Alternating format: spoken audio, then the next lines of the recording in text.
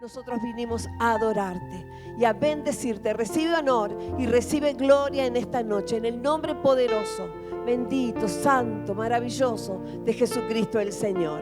Amén, amén y amén. Dale un aplauso que glorifique ese nombre maravilloso que sobre todo nombre. Aleluya, aleluya. Amén, puede tomar asiento. Estamos todos un poquito disfónicos, algunos afónicos, con tos, pero aquí estamos, en pie. Y le damos gracias a Dios porque Él es fiel para sostenernos.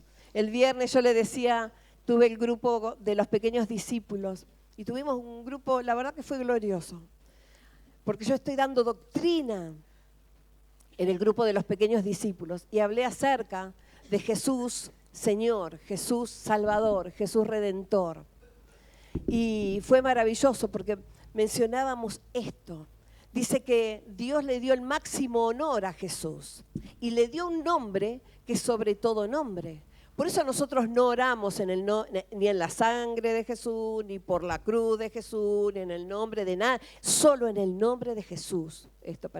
Solo en el nombre de Jesús, porque no hay otro nombre como el nombre de Jesús. No hay nadie nadie más alto, nadie más grande, nadie más poderoso. Y ¿sabe qué? Usted y yo estamos en el equipo del campeón. Nosotros pertenecemos a su pueblo, donde Él gobierna, amén, y donde Él pone sus propias normas y sus propias reglas. Y recién cantamos, santo, santo, santo. Y lo único que puede apartarnos de la santidad de Dios es el pecado.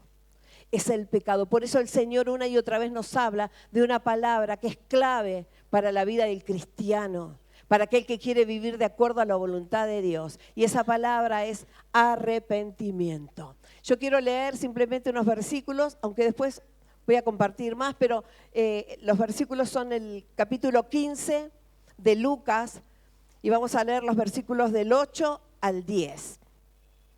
Capítulo 15, versículos del 8 al 10. A ver qué versión. Bien, dice, supongan que una mujer tiene 10 monedas y pierde una de ellas. ¿Qué hace entonces? Toma una lámpara, limpia toda la casa y busca por todas partes hasta encontrarla. ¿No es cierto? Yo tengo otra versión, se las voy a leer aquí, y dice así. O supongamos que una mujer tiene 10 monedas de plata. Otra versión dice un dracma, seguramente alguno de ustedes tiene eso. No encenderá una lámpara y barrerá toda la casa y buscará con cuidado hasta que la encuentre. Y cuando la encuentra, llamará a sus amigos y vecinos y les dirá, alégrense conmigo porque encontré mi moneda perdida. De la misma manera hay alegría en la presencia de los ángeles de Dios cuando un solo pecador se arrepiente. Hasta ahí el texto. Pero qué interesante es contemplar todo, es mirar el contexto, mirar todo el capítulo 15 y nos vamos a encontrar con parábolas. ¿Qué era una parábola? ¿Qué es una parábola? Jesús hablaba a través de parábolas. Las parábolas son como una metáfora, una narración de un suceso fingido, que por comparación o semejanza deja una verdad o una enseñanza moral. Jesús hablaba así para que todos pudieran entender y hablaba el idioma que el pueblo podía entender y usaba parábolas. Y aquí usa por lo menos 3 encontramos en el capítulo 15. La primera del capítulo 15 va del 1 al versículo 7, habla acerca de la oveja perdida. Dice que Jesús enseñaba y claro, iba todo tipo de gente a verlo, a escucharlo a Jesús. Gente de fama un poco dudosa, digamos. Y allí estaban los escribas y los fariseos. ¿Quiénes eran? Los religiosos. Y decían, ¿no ves que este Jesús se junta con este? Mira con los que se junta.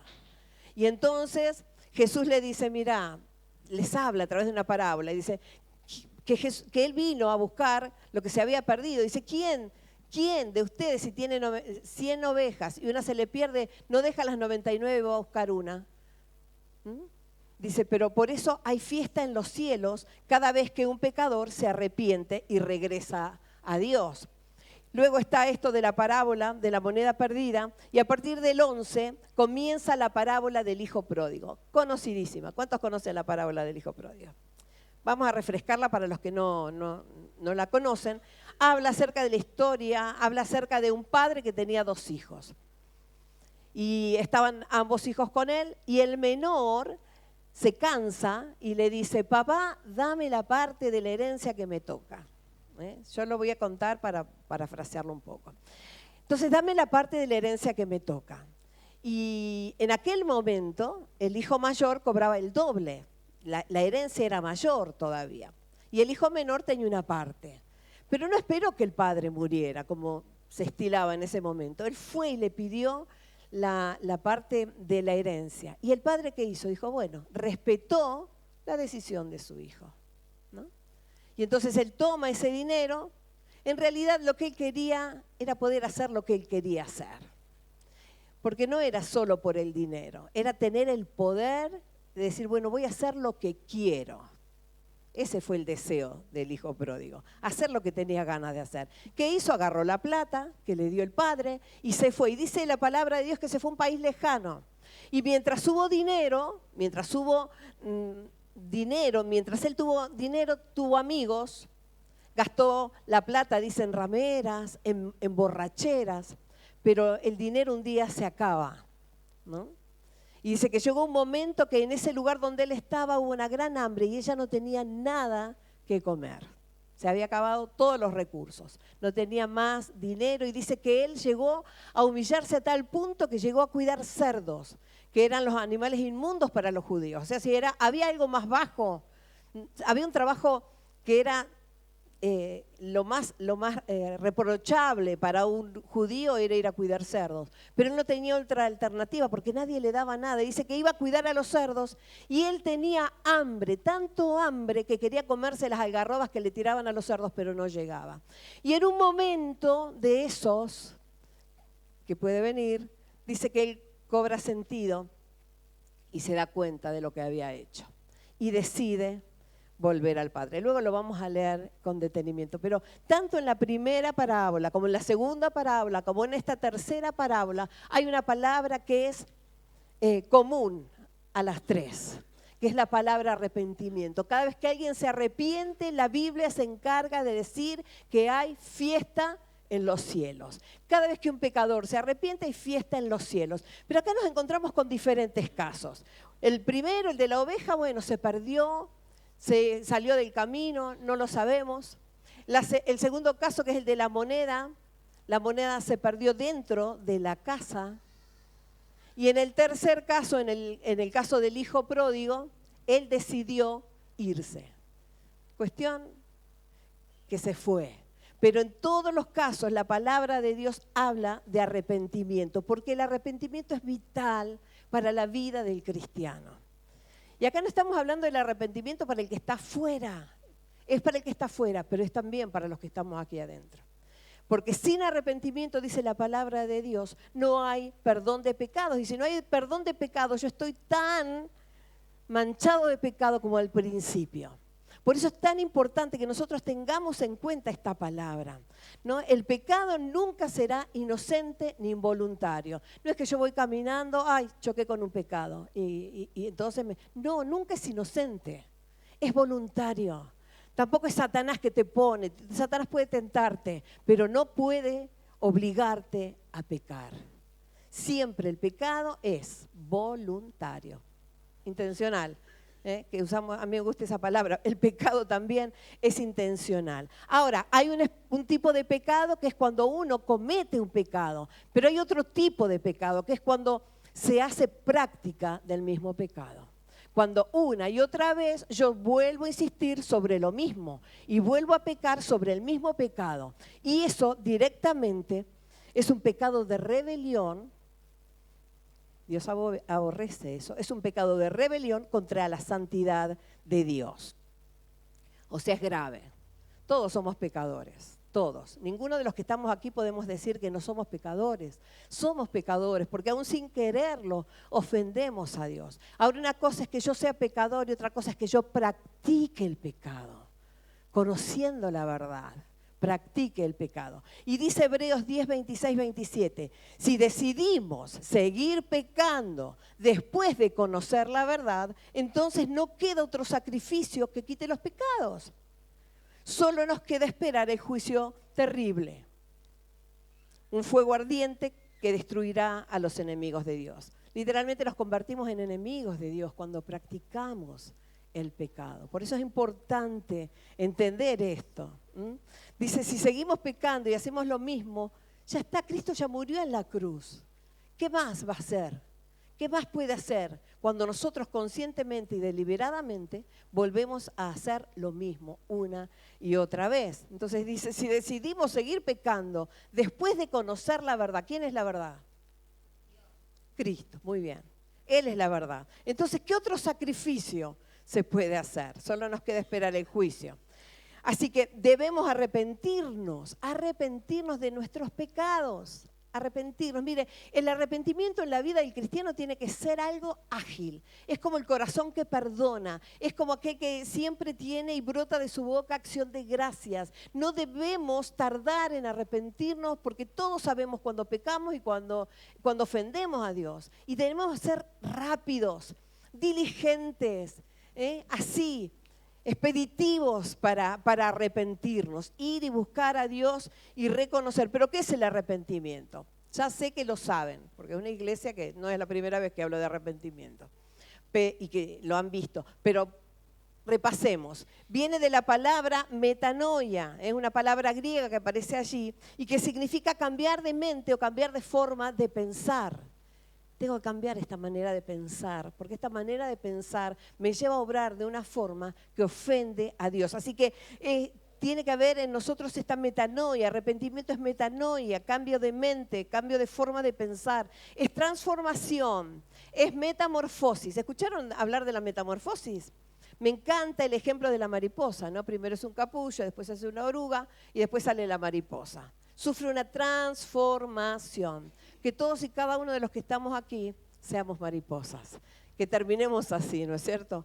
Qué hermosas, qué hermoso, ¿qué sería? ¿Un insecto? No sé, sí, un insecto es la mariposa. Pero hermoso el proceso, esa metamorfosis, ese cambio, esa transformación. En el Nuevo Testamento también puede traducirse como volver. Miren ustedes cómo es el reconocimiento voluntario del pecado y la necesidad del perdón de Dios. Volverme a Dios. Reconozco que ofendí a Dios, reconozco que he pecado, me vuelvo a Él. Necesito del perdón de Dios. Miren lo que decía David. Hoy descubrí unas versiones tremendas del Salmo 51. Pero miren lo que decía David. Él mismo decía de sí mismo en el Salmo 51, 3 y 4. Quítame todo mi pecado. Sé muy bien que soy pecador y sé muy bien que he pecado, a ti y solo a ti te he ofendido. He hecho lo malo en tu propia cara. ¡Qué fuerte! Lo leo de nuevo. Quítame todo mi pecado. Sé muy bien que soy pecador y sé muy bien que he pecado. A ti y solo a ti he ofendido. He hecho lo malo en tu propia cara. Tienes toda la razón al declararme culpable. No puedo alegar que soy inocente. Era consciente de que era pecador, pero era consciente de algo más. Que cuando él pecaba, lo hacía en la propia cara de Dios. Pero nosotros podemos creer que cuando nosotros ofendemos a Dios, nadie se entera, ¿verdad? Podemos creer eso. Nadie lo va a saber. Pero bueno, no hay pecado que Dios no saque a luz. Esa es la realidad. Siempre, siempre, siempre sale a luz todo pecado, de una manera u otra. Y él reconocía esto. Dice, lo hice porque no importaba si lo había hecho delante de otros. Lo grave era que lo había hecho en la cara de Dios. ¿Dónde se manifestó el pecado, según David? En la misma cara de Dios. Él era consciente de eso. Dice, de ninguna manera yo me puedo declarar inocente. Soy culpable. Y qué bueno ser sincero con Dios, ¿no es cierto? Señor, la verdad es que te ofendí y lo que hice, por más que nadie lo haya visto, lo hice en tu cara, lo hice en tu propia cara. ¿Somos conscientes de eso, que cuando ofendemos a Dios, cuando pecamos, se lo hacemos en la misma cara? Delante de Él. ¿Somos conscientes de eso? Es tremendo lo que dice David. ¿no? Así que arrepentirse es un cambio de actitud que nos conduce a una nueva dirección en nuestra vida. Y este cambio va acompañado por fe. El arrepentimiento no es solo tristeza, ¿vieron? Porque muchas veces dicen, ay, estoy arrepentido, porque yo, unas lagrimitas y ya está. Arreglamos todo con las lagrimitas y créame que las lagrimitas no dicen mucho. Es parte del arrepentimiento genuino, pero no es solo eso. Siempre cuento lo mismo de mi tío. Yo tenía un tío que era alcohólico, pobre tío, él ya partió y creo que con el Señor. Pero él hacía cosas y después le hacía sufrir a la esposa, después le pedía perdón y lloraba. Y después se lo volvía a hacer y se lo volvía a hacer. O sea, no es la lágrima, tiene que haber remordimiento y tristeza por haber ofendido a Dios. No solo porque estoy avergonzado por el comportamiento que tuve antes. Así que el arrepentimiento va más allá de sostener, sí, que me duele haber ofendido a Dios, sí, que me sienta avergonzado por haber actuado como actué en la cara de Dios, pero también tiene que ver con tomar la firme decisión de no volver a hacer lo mismo. Si no, no es arrepentimiento. No es un arrepentimiento genuino. Todo lo demás va, pero va acompañado de la firme decisión de no volver a hacerlo, de no volver a caer en el mismo pecado. Ahora, ¿por qué debemos arrepentirnos? Usted dirá, y bueno, y si no me quiero arrepentir, bueno, si no se quiere arrepentir es problema suyo, los resultados quedan a su cuenta. Pero debemos arrepentirnos porque hemos pecado, primero hemos pecado contra Dios y el pecado nos hace transgresores de la ley de Dios. Dice, o sea, somos culpables, por eso debemos arrepentirnos cuando pecamos. Dice primera de Juan 1, 8 al 10, si decimos que no tenemos pecado, nos engañamos a nosotros mismos y la verdad no está en nosotros, pero si confesamos nuestros pecados, Él es fiel y justo para perdonar nuestro pecado y limpiarnos de toda maldad. Si decimos que no hemos pecado, le hacemos a Él mentiroso y su palabra no está en nosotros. Eso primero. ¿Por qué debemos arrepentirnos? Porque hemos pecado contra Dios. ¿Por qué más? Porque es la voluntad de Dios que así nos manejemos. Es la voluntad de Dios dirigida con amor y misericordia al pecador.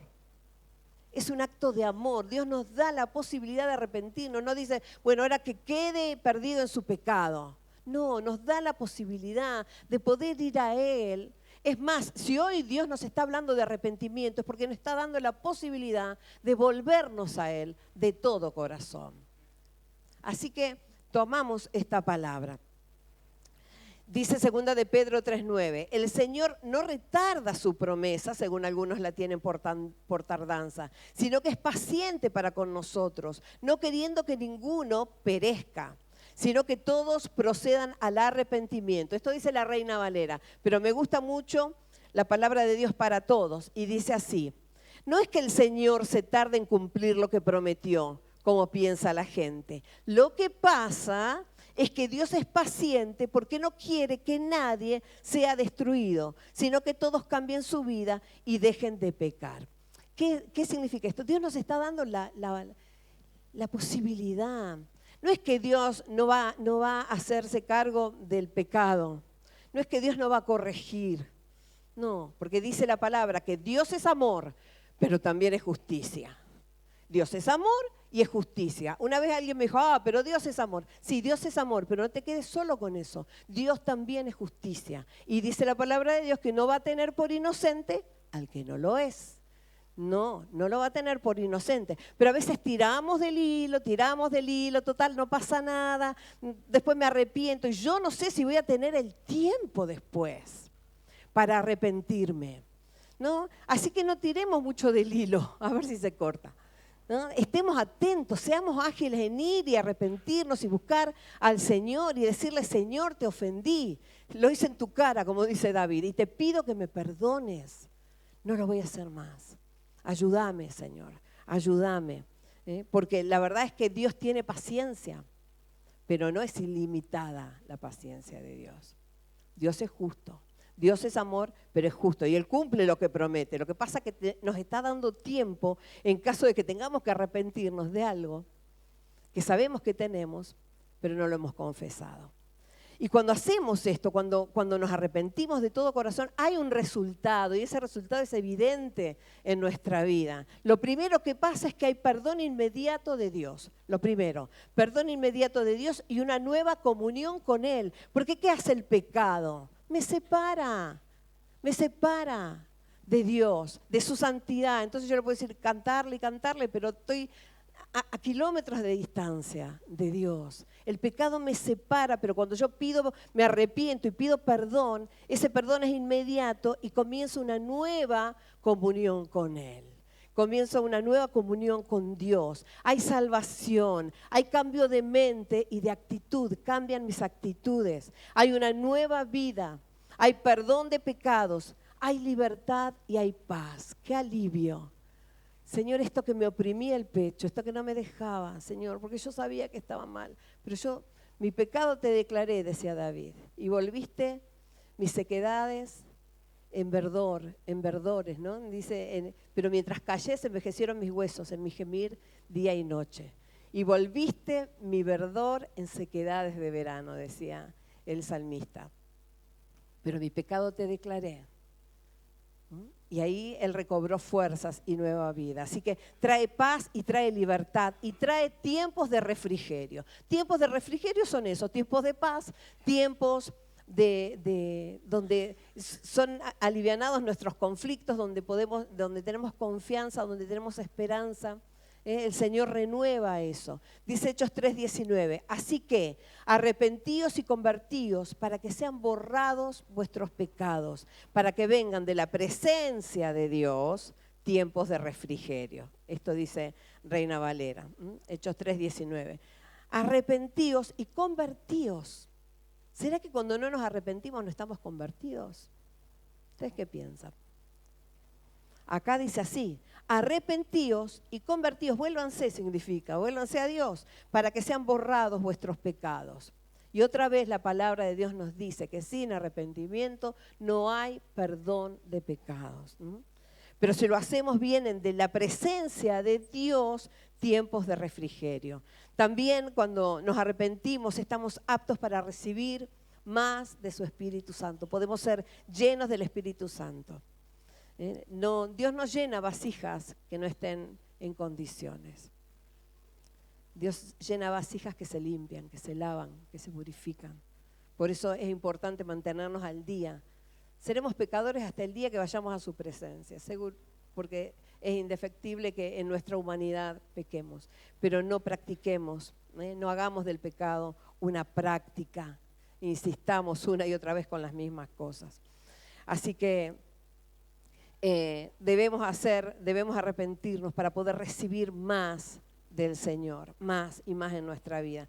Y para que haya un verdadero arrepentimiento, un arrepentimiento genuino, debemos entender que abarca diferentes áreas de nuestra vida. Yo esto lo hablé una vez, pero lo vamos a recordar. Hablaba de las 3C. Algunos de los que están se deben acordar.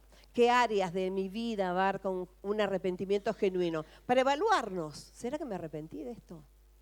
¿Qué áreas de nuestra vida?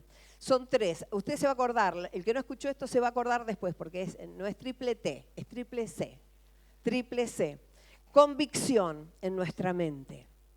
Contrición tiene que ver con nuestras emociones. Y conversión tiene que ver con la voluntad. Cuando leemos la historia del hijo pródigo, vemos claramente cómo Dios, cómo se ven afectadas estas 3 áreas del ser humano. Porque dice, por ejemplo, en el versículo 17, dice así, se los leo.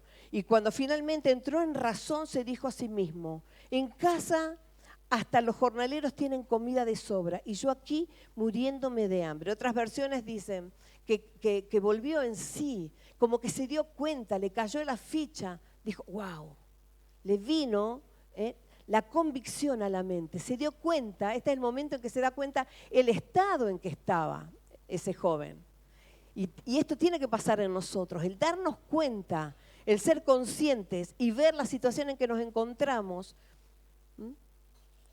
que nos caiga la ficha, cómo nos encontramos delante de Dios. La convicción, porque a veces que uno dice, no, hay gente que no tiene convicción de pecados. ¿Por qué se ora tanto que el Espíritu Santo trae convicción de pecados? Porque hay gente que no le da, no ve al pecado como Dios lo ve. ¿Por qué estoy hablando de esto? Usted dirá, ¿y por qué la pastora vino con el tema del arrepentimiento? Porque tenemos que cerrar todas las endijas, todas las puertas a Satanás, porque estamos en un tiempo donde queremos ir por una expansión y un avivamiento.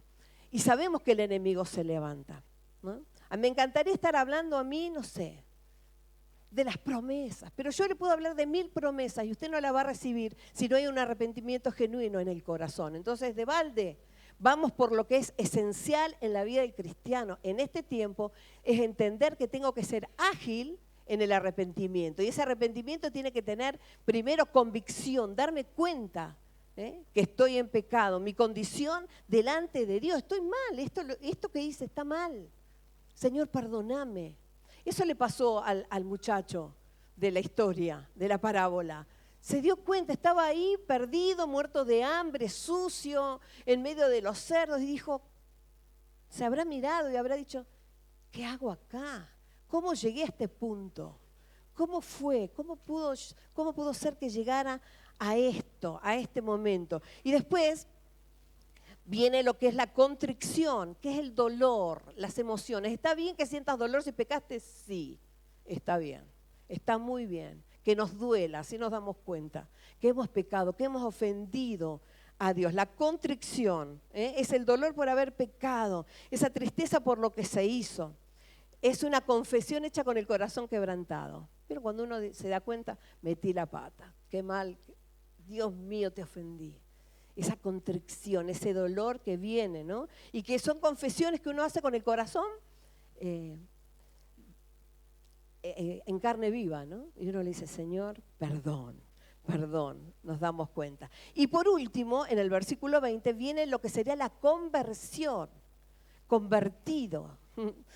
En el versículo 20 de este texto dice, entonces regresó a la casa de su padre. Cuando todavía estaba lejos, su padre lo vio llegar. Lleno de amor y de compasión, corrió hacia su hijo, lo abrazó y lo besó. Y el hijo iba a recitarle todo lo que había pensado. Padre, pecado contra el cielo y contra ti, ya no soy digno de que me llamen tu hijo. Sin embargo, su padre le dijo que no.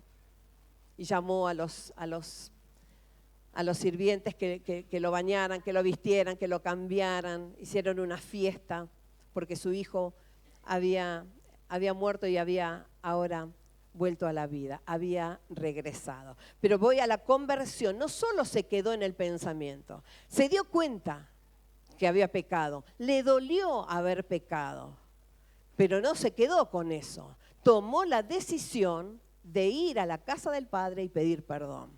Y esto tiene que estar involucrado en nuestra vida. Cuando nosotros nos arrepentimos, no es solo esto, bueno, sí, la verdad que sí, que pequé.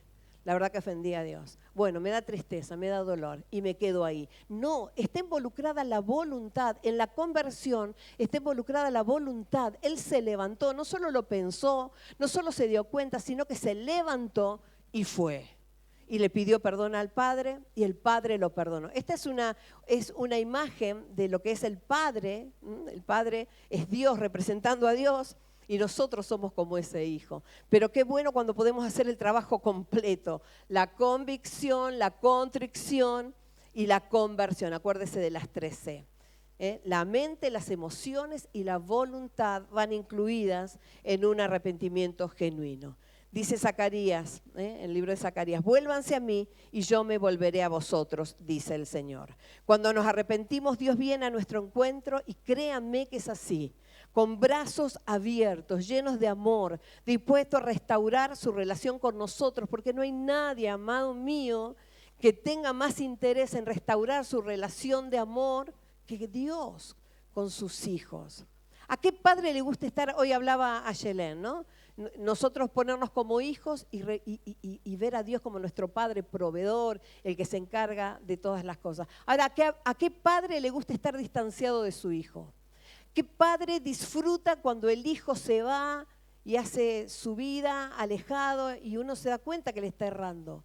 A nadie. Cuanto más Dios, que es Padre perfecto. Él quiere restaurar esta relación de amor con nosotros, ¿eh? Y cuando nos arrepentimos, Él viene a nuestro encuentro. Él sale a nuestro encuentro. Como salió el Padre a encontrar al Hijo pródigo. Dice que lo vio de lejos. Lo estaba esperando. Dios también nos espera. Yo no sé aquí si hay alguien, pero bueno, qué bueno es saber que Dios te está esperando. Que Dios nos espera para reconciliarse con nosotros. Cuando nosotros vamos con un corazón en la mano y le decimos, perdón, te ofendí. Así que tenemos que dar pasos, tenemos que humillarnos delante de Dios y entregarnos para que Él nos transforme. Señor, acá estoy, me pongo en tus manos, haz conmigo como quieras. Señor, soy arcilla. ¿Cuántas veces hemos dicho así? Yo le he dicho muchas veces, Señor, soy arcilla, soy barro en tus manos, moldeame como vos quieras. Moldeame como vos quieras. Pero debemos humillarnos y reconocer que hemos hecho mal. También debemos reconocer nuestra culpa, asumir nuestra responsabilidad, que significa, en otras palabras, hacernos cargo. Si mentí, mentí. No voy a decir, no lo hice. Me hago cargo, reconozco mi culpa, asumo mi responsabilidad y confieso el pecado. Y esto es muy importante, porque a veces lo hacemos en el pensamiento nada más. Pero debo confesar el pecado delante de Dios. No tiene que ir corriendo a decírselo, no, a Dios. A Dios. Debemos ir y decirle el pecado con nombre y con apellido. Señor, hice esto, esto y esto. Te mentí, te fallé en esto. ¿Vieron? Tuve envidia, tuve celos, fui chismoso, no sé, el pecado que sea, pero póngale nombre y apellido y preséntese así delante del Señor. Confesamos, esto es un paso, en un arrepentimiento genuino tiene que estar esto. Tengo que ir y confesar mi pecado. No, Señor, bueno, te fallé. No, ¿qué te fallé? Ningún fallé. Sí, fallaste. Pero Señor, te pido perdón específicamente por este pecado. Robé. No sé. Te pido perdón. Te pido perdón, Señor. No le digo, bueno, me quedé con algo porque me gustó. No. Robé. Con nombre y apellido. Y después hay un paso que es muy importante, que es restituir. Acá tenemos algunas cuestiones, ¿no? Pedir perdón primero a Dios y luego a aquel a quien yo ofendí o a quien dañé con mi falta, con mi actitud. Eso se llama restitución. Brevemente, durante muchos años yo fui la hija mujer que en mi casa esperaban tanto. Después de 4 varones, mi mamá ya había perdido la esperanza y nací yo. Y contentísima porque había nacido una nena. Cuestión de que mi papá dijo, sí, yo qué lindo, voy a tener una hija mujer para tomar mate. La nena me va a cebar mate. Y él tenía toda una ilusión conmigo. Pero bueno, después las pasaron cosas, ¿no? Entre ellas mi papá se va, después vuelve, después se vuelve a ir. Así que Silvita no le cebó mate al papá porque Silvita estaba enojada con el papá. Estaba enojada con mi papá. No lo había podido perdonar en ese momento. Cuando yo conozco al Señor, cuando Dios me habla de que yo debía arrepentirme por haberle guardado rencor a mi papá, más allá de lo que él haya hecho, Dios me miraba a mí, que era lo que yo había hecho. Yo había guardado rencor y amargura. Entonces, cuando Dios me muestra mi estado, yo dije, wow, lo confesé a mi pecado, perdón, porque no lo honré a mi papá como debía haberlo honrado. Confesé, le pedí perdón a Dios porque entendí que lo había ofendido a él. Y después llegó el momento de la restitución. Ya le había pedido perdón, sí que no sabía cómo acercarme a mi papá. Mi papá no iba a entender mucho si yo iba a pedirle perdón, porque él se había ido. Era raro, ¿no? Pero bueno, de a poquito fui acercándome y le empecé a cebar mate. Y esa fue mi restitución en algún punto, porque él no podía entender. Yo ya tenía 20 años y me acercaba y le decía, papi, ¿querés que te cebe mate? Y él me miraba con los ojos grandes como diciendo, bueno, pero yo quería restituir por todos los años que yo no lo había hecho. Era una forma de manifestarle también mi amor y de restituir el daño que yo le había causado. Él tenía una ilusión muy grande conmigo, pero bueno, se dieron cosas, pero se entiende lo que es restituir, lo que no hice antes, lo que te dañó, porque yo por mi actitud, yo quiero arreglarlo de alguna manera, si es que se puede. Y pedir perdón, por supuesto. Así que restituir y someternos a Cristo y a su autoridad, reconociéndolo como Señor. El señorío de Cristo en nuestra vida se refleja en nuestra obediencia a su palabra. ¿Cuándo? Porque podemos decir Señor, no sé, y cantarle día y noche y decirle Señor de acá y Señor de allá, y no estar sometida bajo su señorío. Como decía hoy, Cristo es el Señor. Señor en griego es Kyrios, y Kyrios significa dueño, significa amo. Y es gracioso porque Jesús le decía a los que lo seguían, ¿por qué me dicen Señor? Señor, Señor, ¿por qué me dicen así? Y no hacen lo que yo digo. Era como, Jesús no entendía, ¿por qué me dicen Señor? Y hacen lo que ustedes quieren. Si yo soy el Señor, se tiene que adecuar a lo que yo establezco. Como saben los chicos, y siempre jugamos al reino de la luz y de las tinieblas, ¿no? Si yo estoy en el reino de la luz, gobierna Cristo, y Cristo pone sus parámetros, sus leyes. Y si Él es el Señor, yo me someto a sus leyes y a lo que Él dice. Amén. Si no, no es el Señor de mi vida. Y Jesús nos puede decir, ¿por qué me decís Señor? Aún me cantás Señor, Señor, pero haces lo que vos querés y no lo que yo digo. Así que para tener en cuenta el señorío de Cristo, no solo lo recibo como mi proveedor, mi sanador, como aquel que, no sé, que me conoce, que me ama, sí, todo eso, pero por sobre todas las cosas, Él es Señor, Él es mi amo y Él es mi dueño. Amén. ¿Es tu amo, es tu dueño? ¿Lo ves así a Jesús? ¿Lo vemos así? Me encantaría hacer la pregunta que hice el viernes a los chicos. Uno por uno le pregunté, no quién era Jesús, ¿qué representa Jesús en tu vida? ¿Qué representa Jesús en tu vida? ¿Qué parte de tu vida ocupa? Me sorprendí con muchas respuestas, porque a veces entendemos quién es, pero ¿qué es para mí hoy Cristo? ¿Qué es para vos Cristo? ¿Cómo vive en tu vida Jesús? ¿Cómo le das participación si Él es el Señor? ¿Cómo participa en tu vida? ¿De qué manera? ¿Qué representa? Así que debemos someternos al señorío de Cristo. Y prometo que ya termino con esto.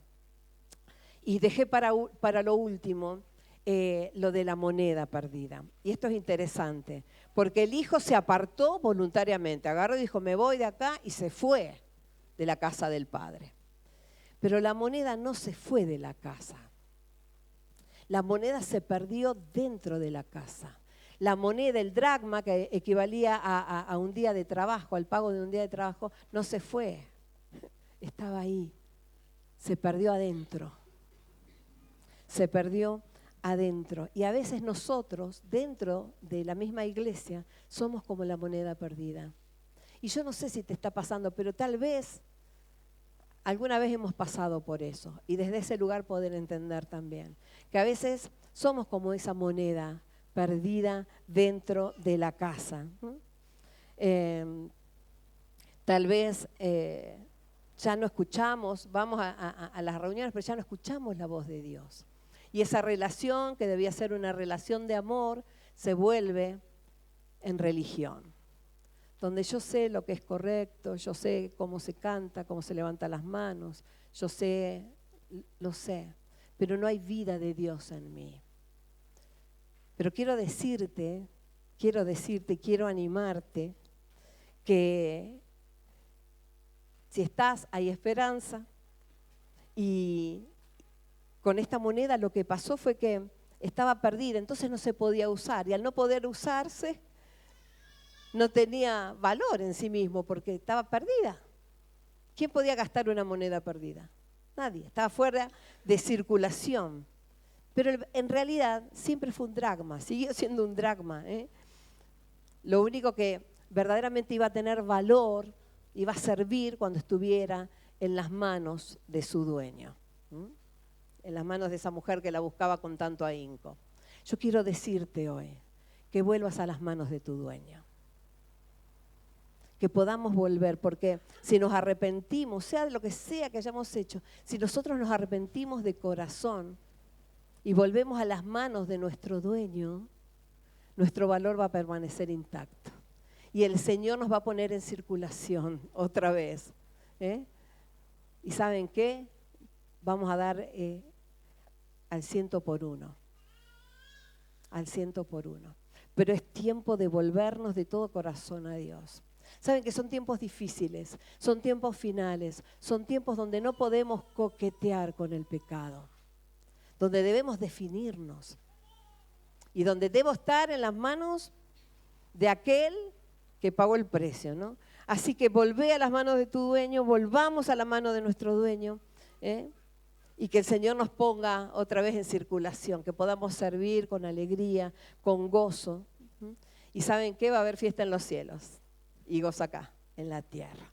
Amén. Así que arrepentimiento, pegátelo en la heladera, arrepentimiento, metanoia, transformación, cambio, metamorfosis y la triple C.